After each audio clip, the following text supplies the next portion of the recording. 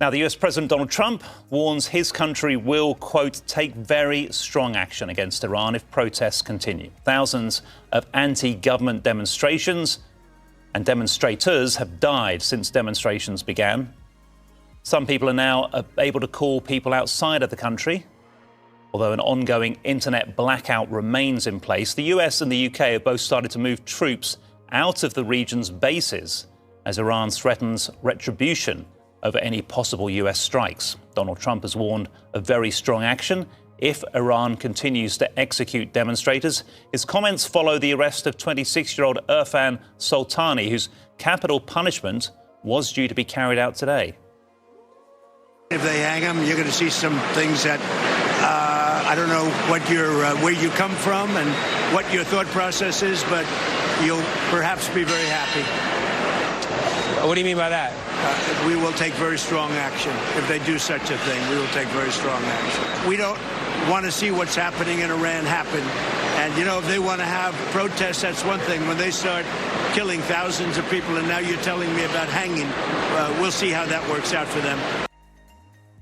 Air raid shelters have begun to open in Israel, while German airline carrier Lufthansa says it will be cancelling flights to the region.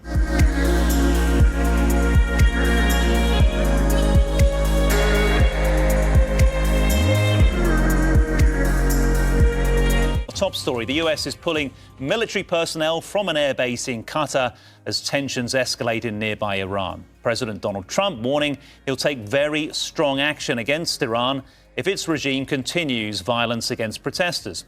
The extent and brutality of the regime there is becoming clear. More images emerging of the nationwide protests despite the country's internet blackout. But Donald Trump says the killings have now stopped. With the internet blackout still in place, the true death toll across Iran remains unclear, but it's likely running into the thousands. Sky News has spoken to one woman in Tehran who attended the protests, and her testimony is chilling. She asked not to be identified for her and her family's safety. Everyone was being shot in the head. I don't think they have space in the jails anymore, so they're just killing us. There were lots and lots of people being sprayed with tear gas. It burnt our lips and our eyes. Without help from the outside, they just kill everyone. This time, everybody is out on the streets. It doesn't matter if you're rich or poor, religious or not, old or young. Everybody wants these people gone.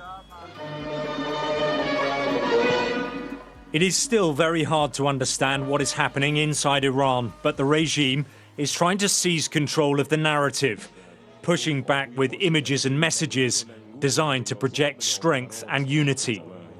State television in Tehran has aired footage of large pro-government rallies and funerals for security forces killed in the unrest. Here the crowds are defiant, some carrying pictures of Donald Trump. This one says, "Next time, the bullets won't miss." If Trump comes to this land, the women of Iran will break his legs. We will avenge the blood of every martyr. Unusually, official news channels are acknowledging the large number of dead, including both protesters and members of the security forces. But the regime claims the violence was carried out by rioters and terrorists incited by Iran's enemies abroad. The authorities have also detained many demonstrators, among them Irfan Soltani, a 26-year-old who's been sentenced to death. He was to be executed. His fate at this moment is unknown. The regime's brutal response has brought global condemnation.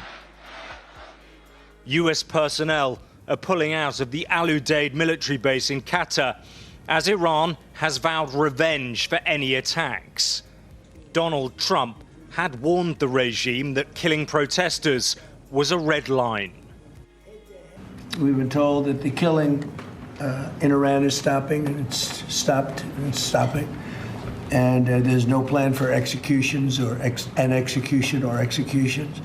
So I've been told that on good authority. We'll find out about it. I'm sure if it happens, we'll all be very upset, including you will be very upset, but that's just gotten to me some information that the killing has stopped, that the executions have stopped. They're not going to have an execution, which a lot of people were talking about for the last couple of days. Today was going to be the day of execution. Trump is sort of shifting his red lines, probably because this is not a conflict that he was anticipating or wanting to wade into, right? First it was don't kill protesters. Now it's don't execute protesters. There has been no circumstance thus far that the United States has entered or struck Iran or other country in the region over human rights violations. And these are significant human rights violations. The death toll in Iran is something extraordinary. But this would be some red line that we have not yet witnessed and perhaps might be counter to a MAGA foreign policy. Iran's leaders see this unrest as an existential threat. And from what's been witnessed so far, they appear willing to do whatever it takes to stay in power. Alex Rossi, Sky News.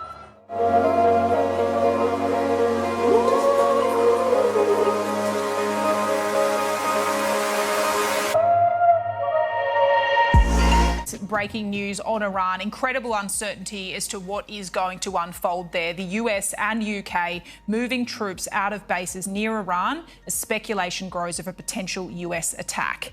Tehran has been accused of violently repressing anti-government protests. Overseas rights groups say that more than 2,000 people in Iran have been killed, and we don't have a full extent of what's happening because of that ongoing internet blackout. But the US President Donald Trump now says he believes the violence may have stopped. Let's go to our Asia correspondent, Stash Butler, who's monitoring this development for us. What evidence is there, Stash, that the US might be about to launch an attack?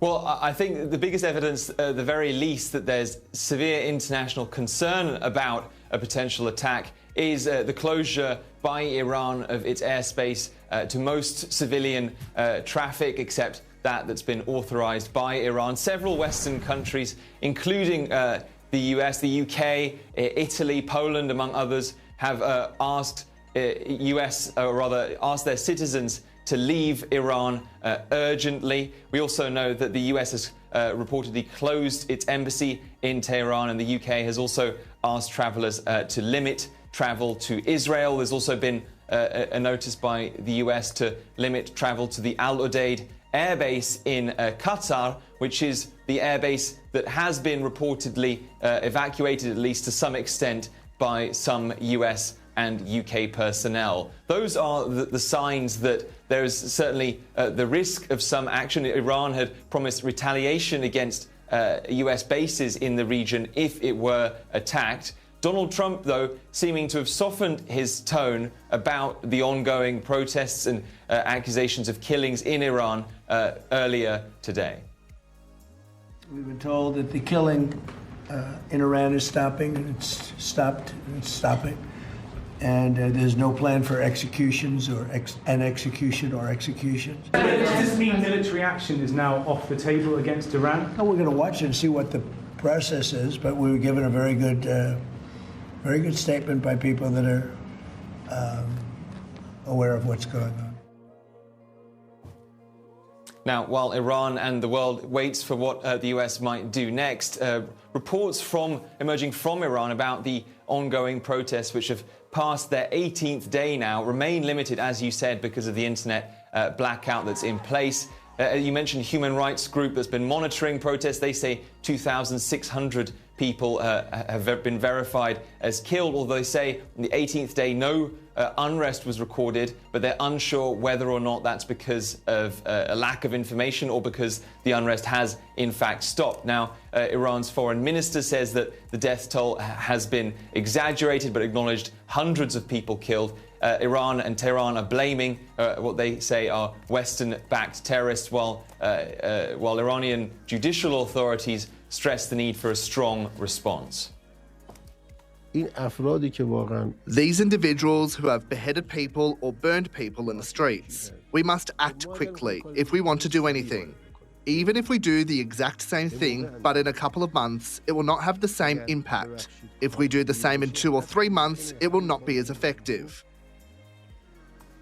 Iran's foreign minister also told Fox News that hangings, executions of protesters were, in his words, out of the question. Because President Trump has said that if there are killings, he would intervene. And they wanted to drag him into this conflict. And that was exactly an Israeli plot. They wanted to drag the President of the United States in this conflict.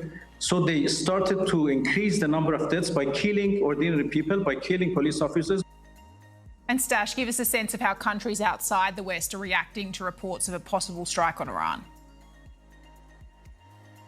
Well, Trudy, of the 5 permanent UN Security Council members, Russia has been the most outspoken in its criticism of the US amid these heightened tensions, saying that what it calls US threats against Iran are a sign of American weakness.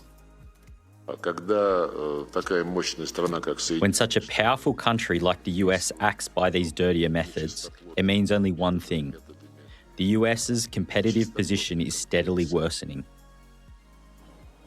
Now, meanwhile, China, which is the main buyer of Iranian oil and perhaps subject to that extra 25% tariff that was announced by Donald Trump recently on countries doing business with Iran, also reiterated its position that it opposes outside interference in Iranian affairs.